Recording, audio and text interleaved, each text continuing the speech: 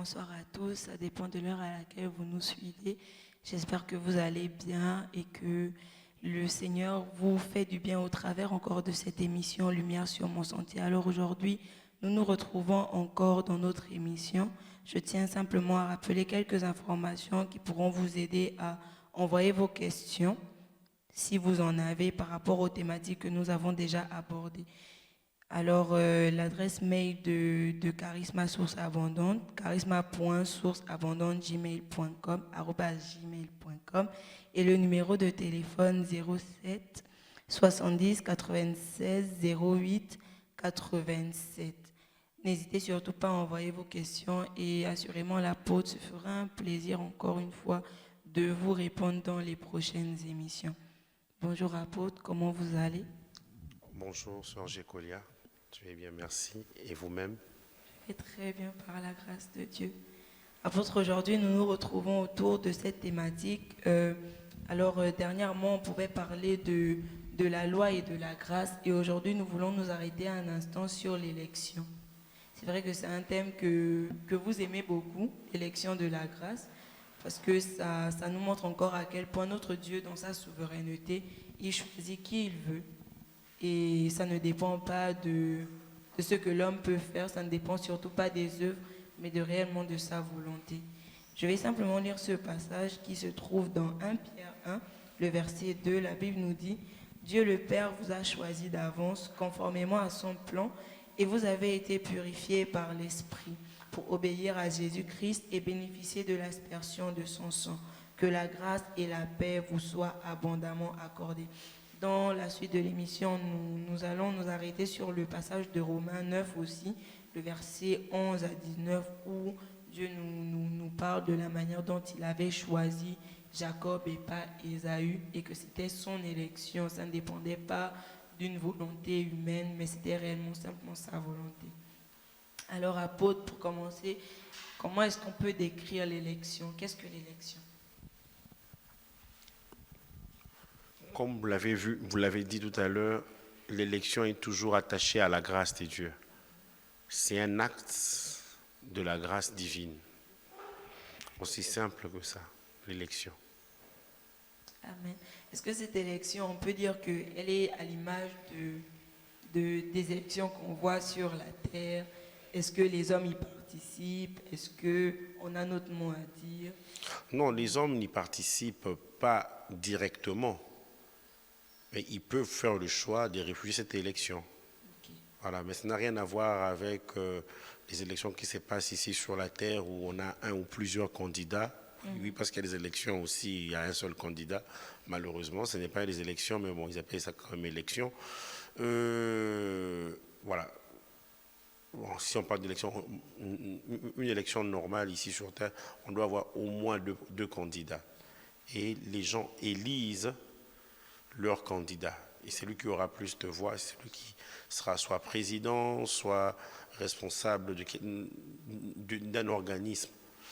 Dans un organisme quelconque. Donc, or, l'élection divine, ça vient de Dieu lui-même. Il ne consulte personne. C'est le conseil de sa volonté, nous dit Éphésiens chapitre 1. Amen. Donc Dieu est bel et bien l'auteur de l'élection. Il est le seul à choisir. Oui, il est le seul à choisir. D'accord. Amen. Alors, comment se fait cette élection? Est-ce qu'il y a des critères? Est-ce qu'il y a des prédispositions pour être élu de Dieu? Ou ça ne dépend que de la volonté de Dieu? Ça dépend de la volonté de Dieu. Dieu choisit sur base du mérite de son Fils Jésus-Christ. Éphésiens 1, verset 4 nous dit « En lui, Dieu nous a élus avant la fondation du monde. » On dit « En Christ, Dieu nous a élus avant la fondation du monde. » Donc c'est basé sur Christ. Il n'est choisi pas en dehors de Christ. En lui, Dieu nous a élus ou Dieu nous a choisis avant la fondation du monde, afin que nous soyons ses enfants d'adoption, soyons saints et irrépréhensibles.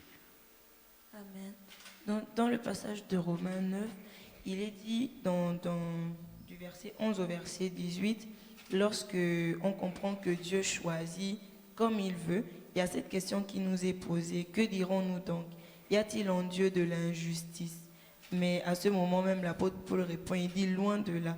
Mais apôtre, est-ce que dans le cas par exemple de Jacob et d'Ésaü, on ne pourrait pas considérer ça comme une injustice? Ésaü n'avait rien fait, il n'était même pas encore né, que Dieu avait déjà décidé qu'il serait assujetti à son petit frère, et qu'il ne pouvait rien y changer. Est-ce que dans le monde, on ne peut pas le voir comme une injustice? Un homme qui vient de naître dans une famille ou dans une autre, qui est choisi, préféré de Dieu, je vais dire ça comme ça, il est choisi de Dieu et il devient même le préféré de Dieu par rapport à ses frères et sœurs. Et Dieu va certainement lui accorder certaines choses par rapport à cette élection-là qui ne seront pas accordées aux autres. Ou c'est pas dans ce sens que l'on doit voir l'élection de Dieu? Non, non, non, ce n'est pas de l'injustice. Là, nous entrons dans le cadre de la souveraineté de Dieu. C'est-à-dire, il a une autorité absolue. Et Romains 9, que vous avez cité, il dit ceci de l'apôtre Paul, Romains 9, je peux commencer au verset 9. Voici en effet la parole de la promesse. Je reviendrai à cette même époque et Sarah aura un fils. Et de plus, il en fut ainsi de Rebecca, qui conçut du seul Isaac, notre père. Car quoique les enfants ne fussent pas encore nés et qu'ils n'eussent fait ni bien ni mal, afin que le dessein d'élection de Dieu subsistât, sans dépendre des œuvres et par la seule volonté de celui qui appelle. C'est sa seule volonté. On ne peut pas remettre en question sa volonté. C'est là qu'il est écrit, j'ai aimé Jacob et j'ai haï Ésaü. Et l'apôtre Paul le dit, que dirons-nous donc? Y a-t-il en Dieu de l'injustice? Loin de là.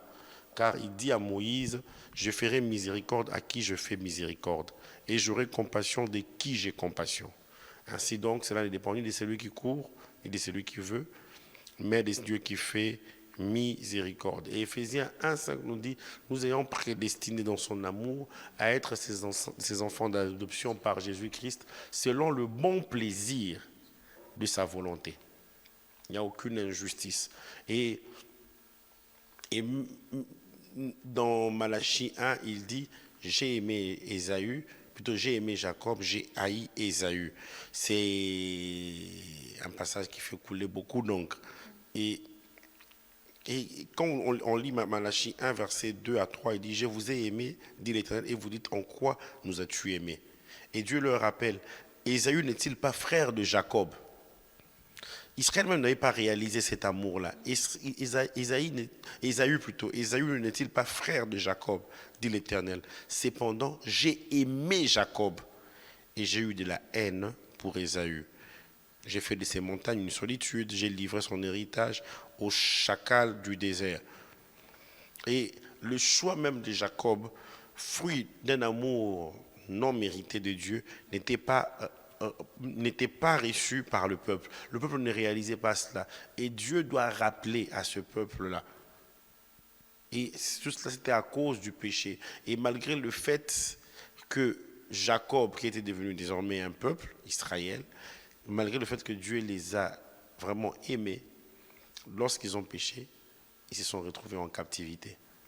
Le choix de Dieu, l'amour de Dieu, ne signifie pas que nous pouvons nous laisser aller à n'importe quoi, sous prétexte que Dieu nous aime. Amen. Il a aimé Jacob, mais il a livré Jacob entre les mains de Nebuchadnezzar en 587 avant Jésus-Christ.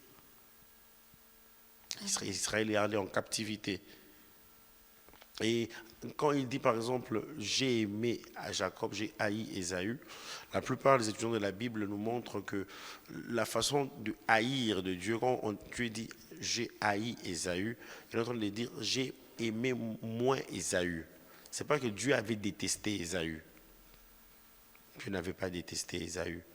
Mais dans son choix pour la prééminence, il avait choisi Jacob. Il avait choisi Jacob.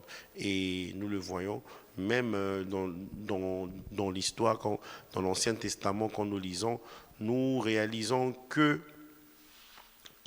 Ésaü, Édom, n'était pas rejeté par l'Éternel. Quelque part dans Deutéronome 2, Israël va entrer dans le désert, ils veulent passer par un chemin. Dieu leur dit, vous passerez, mais vous ne posséderez rien de chez les Édomites, car j'ai donné cette partie-là à Ésaü. Souvent quand on voit, non, j'ai haï Ésaü, c'est comme si Ésaü n'avait rien. Non. Mais lui-même, il avait fait le choix. Quand il dit haïr, c'est-à-dire aimer moins. Et Jésus donne cette illustration-là dans Luc 10. C'est Luc 14, plutôt Luc 14, 26. Luc 14, 26. On peut essayer de trouver. Luc 14, 26. C'est presque la même pensée. Hein. Il dit ceci. Si quelqu'un vient à moi et s'il ne hait pas son père, sa mère, sa femme, ses enfants, ses frères et ses sœurs, et même sa propre vie, il ne peut être mon disciple. Voilà, là il part de la haine. Mais pour mieux comprendre les passages de la Bible, il faut laisser la Bible nous instruire sur la pensée de Dieu. Lisons ensemble Matthieu 10, le verset 37. C'est comme une explication de Luc 14, 26. Celui qui aime son père ou sa mère plus que moi n'est pas digne de moi. Et celui qui aime son fils ou sa fille plus que moi n'est pas digne de moi. Voilà. Donc, c'est-à-dire, celui qui aime son père plus que moi. Donc, dans ce passage, dans ces deux passages, nous voyons que haïr, c'est aimer moins. C'est-à-dire, dans l'amour, il faut dire que Dieu ait la prééminence et ensuite les personnes qui nous sont chères. Les personnes qui nous sont chères ne doivent jamais prendre la place de Dieu. Donc, à partir de ce passage, on peut comprendre quand même ce que Dieu voulait dire par là. J'ai aimé Jacob et j'ai haï Ésaü. Apôtre, c'est vrai que ce que vous êtes en train de dire est assez profond. Parce que quand on y pense un peu, les pensées de Dieu vont vraiment au-delà de nos pensées.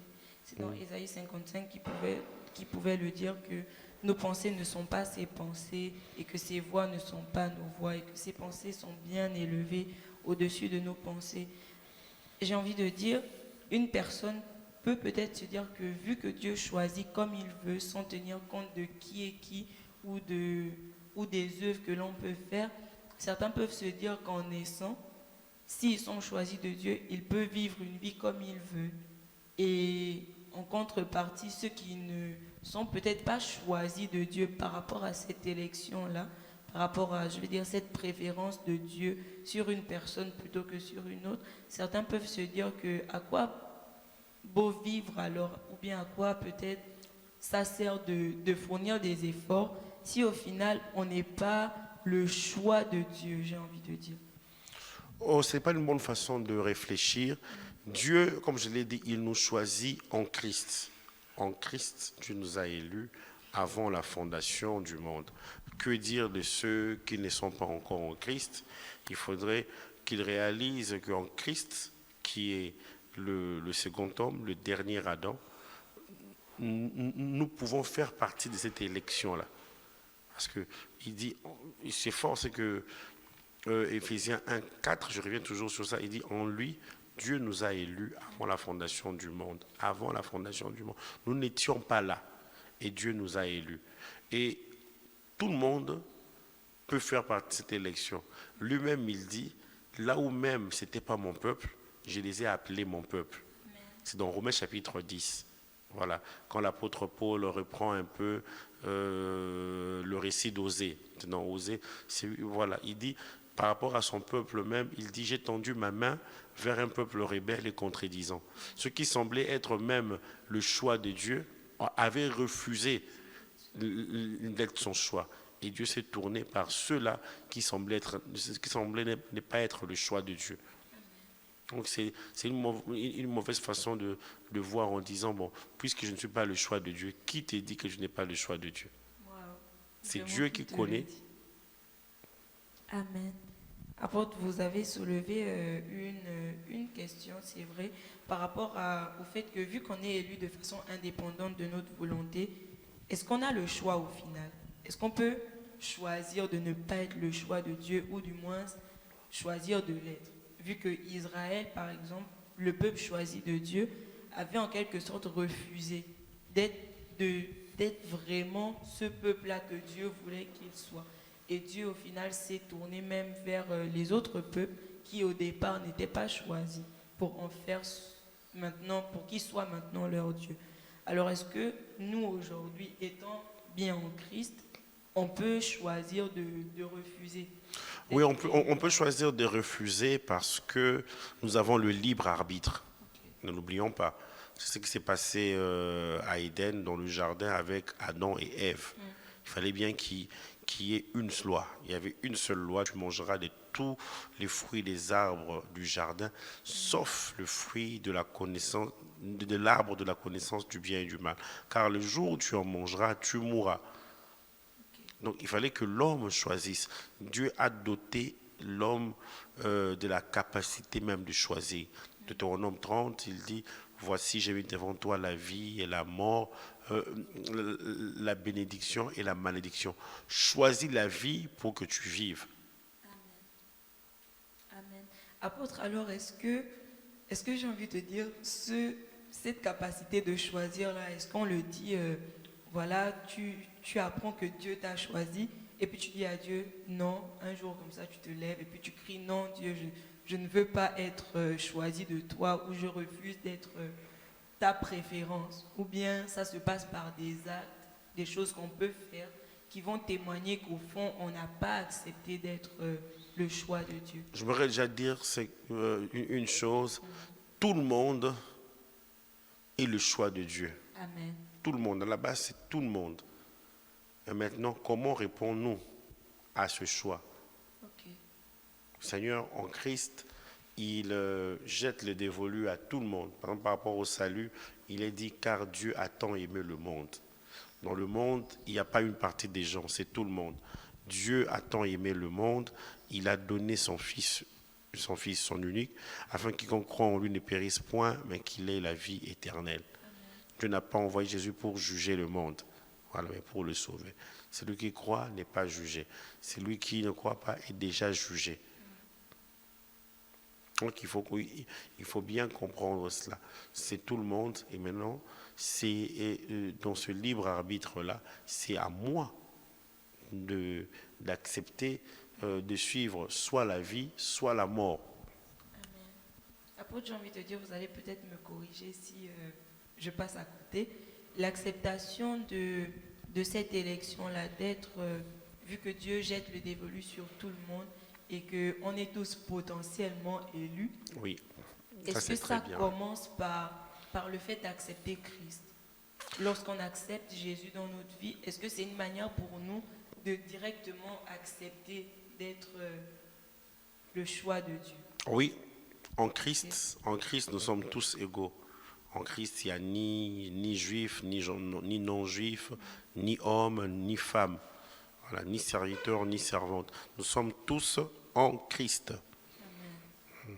Amen. Il y a un pasteur des assemblées chrétiennes ici, la pasteur Chantal, qui nous disait qu'en réalité, la façon dont on vit notre vie chrétienne aujourd'hui, ça dépend vraiment de nous. C'est-à-dire, si aujourd'hui tu vis certaines choses, c'est vraiment de ta faute en fait. Et si tu ne vis pas d'autres choses, c'est parce que tu ne l'as pas voulu au fond. Et l'élection de la grâce, certains disent non, Dieu a ses préférés, Dieu a ses chouchous, certaines personnes qu'il a choisies et qui ont des destinées, je vais dire, voilà, qui s'imposent vraiment sur terre. Et nous autres là, peut-être, je vais dire, ceux qui sont peut-être appelés même à travailler dans le séculier, mais pas forcément dans un domaine très connu et tout, ils vont se dire non, moi, bon, je suis certainement le choix de Dieu, c'est vrai, mais je suis vraiment en bas de la liste. Tout le monde a une grande destinée. Ah.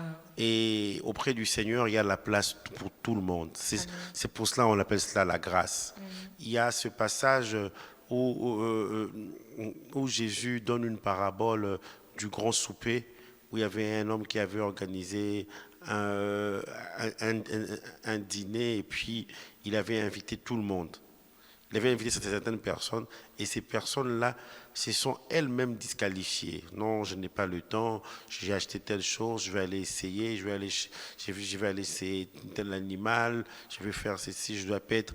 Donc les gens ont refusé. Et là, le maître de la maison dit, On lance l'invitation à tout le monde. Et les coursiers partent, ils partagent l'invitation, les gens viennent. Le maître de la maison se rend encore compte que la maison n'est pas pleine. Il dit, allez dans les carrefours, cherchez les estropiés, cherchez les aveugles. Il dit, afin que ma maison soit pleine. Les premières personnes à qui la grâce a été faite, ces personnes-là ont refusé. Donc la grâce s'étend s'étend sur tout le monde.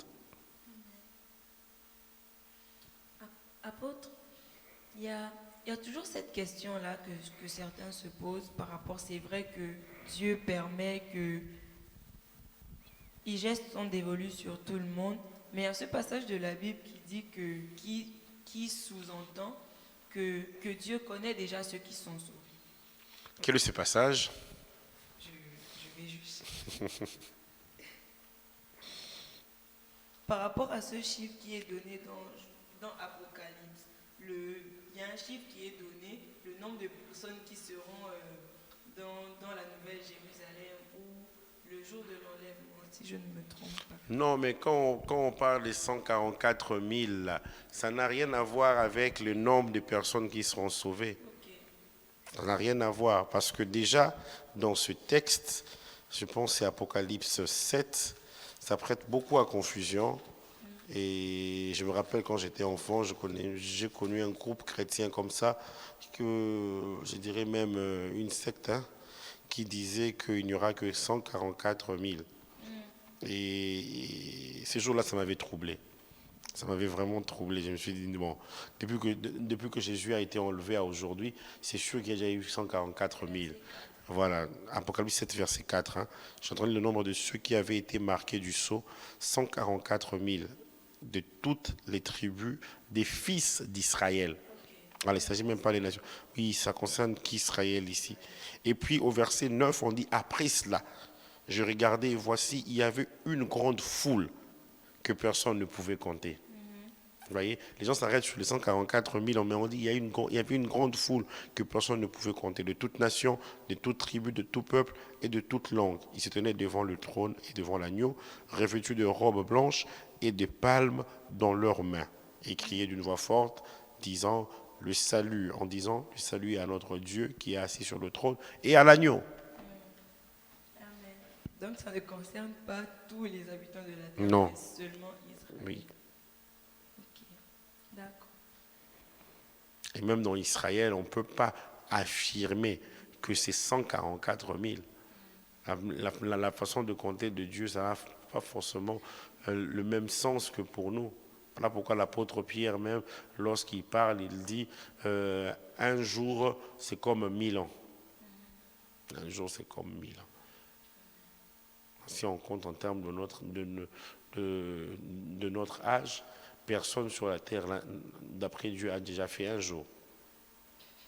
Donc, c'est... Amen.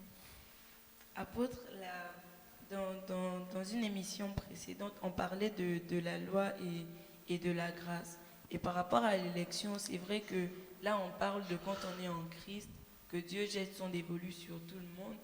Mais dans l'Ancien Testament, on remarque que vraiment Dieu avait des préférences, comme si il y avait, je sais pas, une certaine prédisposition peut-être avant même la naissance, peut-être par rapport à ce que la famille peut faire, les parents et tout.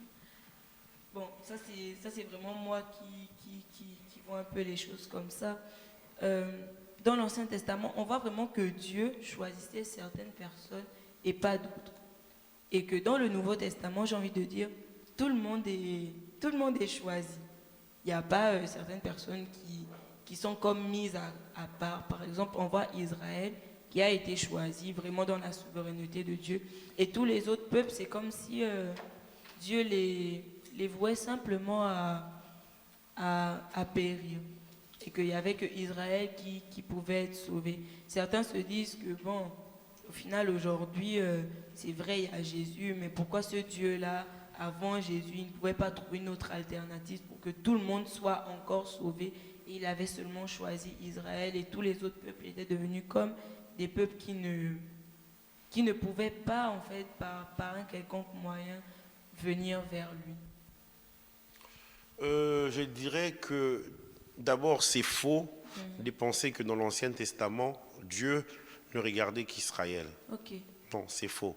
Dans la Bible, nous voyons clairement que c'est Dieu, il s'intéressait aussi aux autres peuples.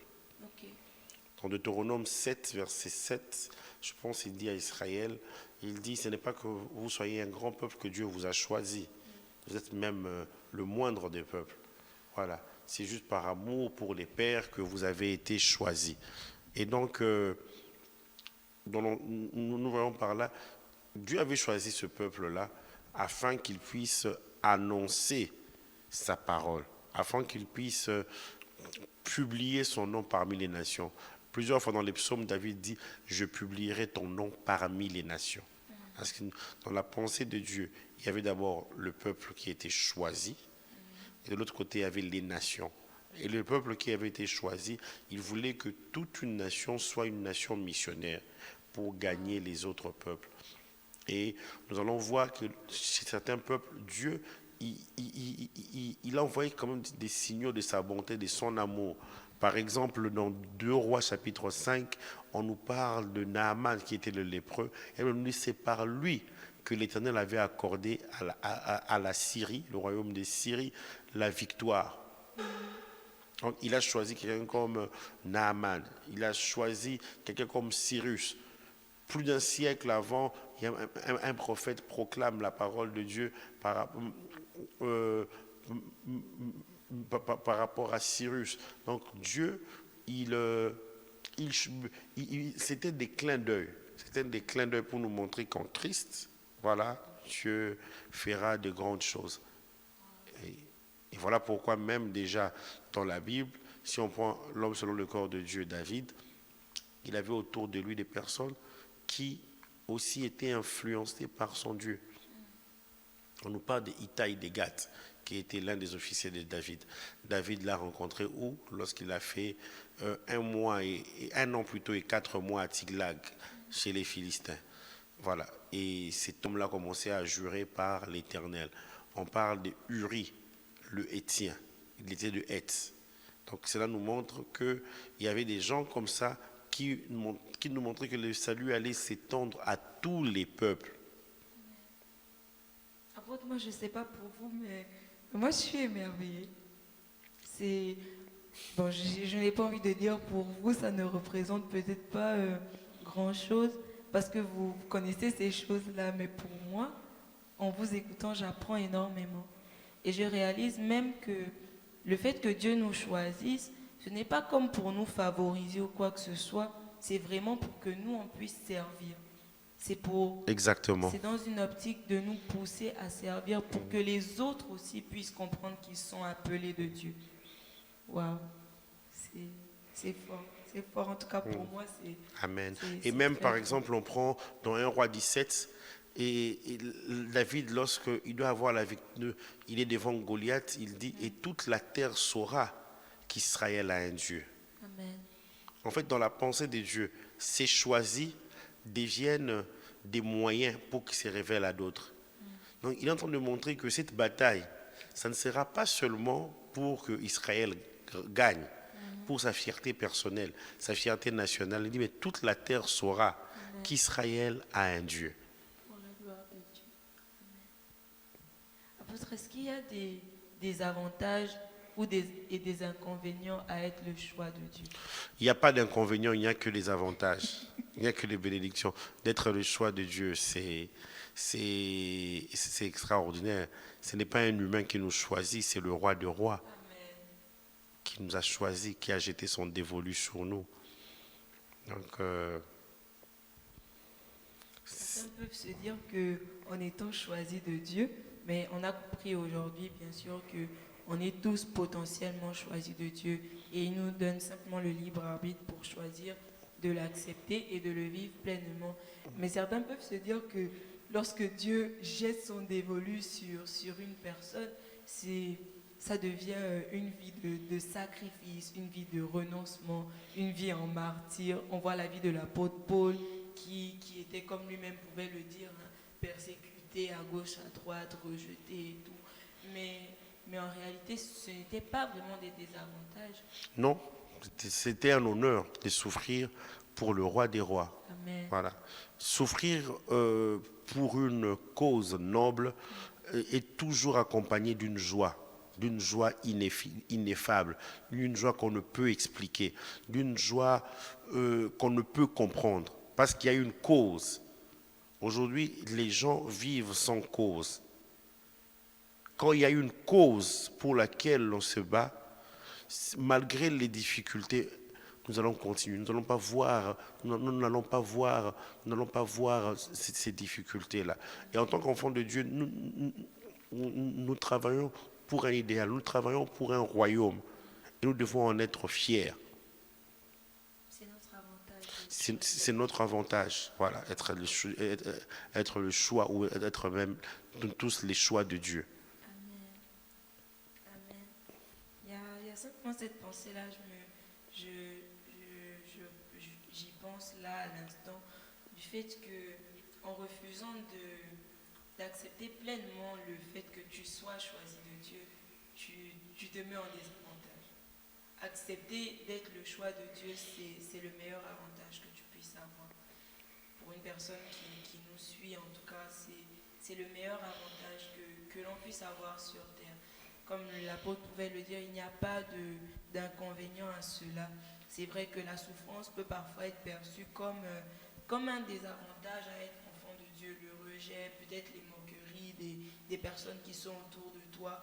Mais être choisi de Dieu et le vivre pleinement n'a que des avantages.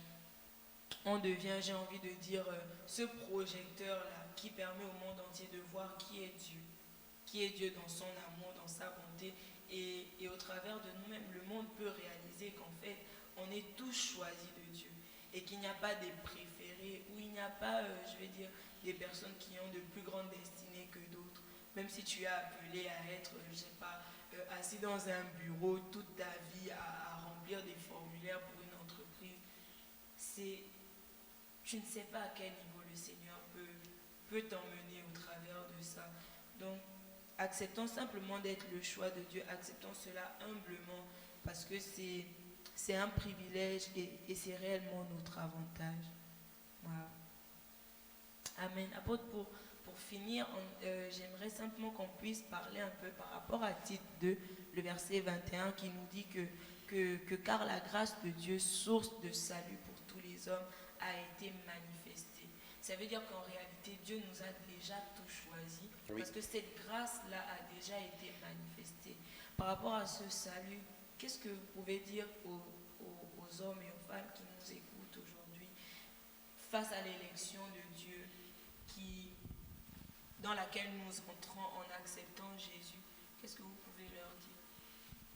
Je leur dirais de demeurer ferme dans ce choix, dans cette élection-là, et de ne pas nous déchoir de la grâce, nous écarter, nous éloigner de la grâce. Nous ne devons pas être déchus de la grâce, mais saisir fermement la grâce de Dieu.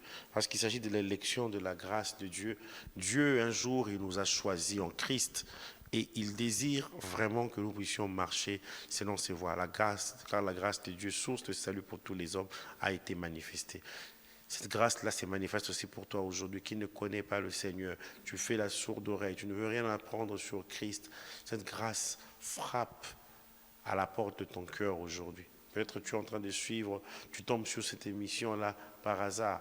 D'après toi, c'est un hasard, mais pour Dieu, ce n'est pas du tout un hasard. Et le Seigneur, il veut te sauver. Son désir le plus ardent, c'est de voir des hommes et des femmes changer de vie, influencer cette génération et espérer et croire qu'il y a un royaume qui va se manifester pleinement, ce même royaume de Dieu, ce royaume à venir, où nous passerons l'éternité avec Dieu. Mais déjà, en étant ici sur la terre, nous travaillons. Et il est important que vous fassiez ce choix. C'est le meilleur choix qui puisse exister. Celui d'accepter Christ comme sauveur et comme Seigneur. Amen. Amen. Merci beaucoup, apôtre. Merci à vous qui nous avez suivis encore tout au long de cette émission. J'espère que nous espérons, l'apôtre et moi et toute l'équipe de Lumière sur mon sentier, que vous avez été encore pleinement édifiés au travers de la lumière de la parole de Dieu. Amen. Amen. Que le Seigneur vous bénisse et bonne suite de journée ou bonne soirée en fonction de l'heure à laquelle vous nous avez suivis.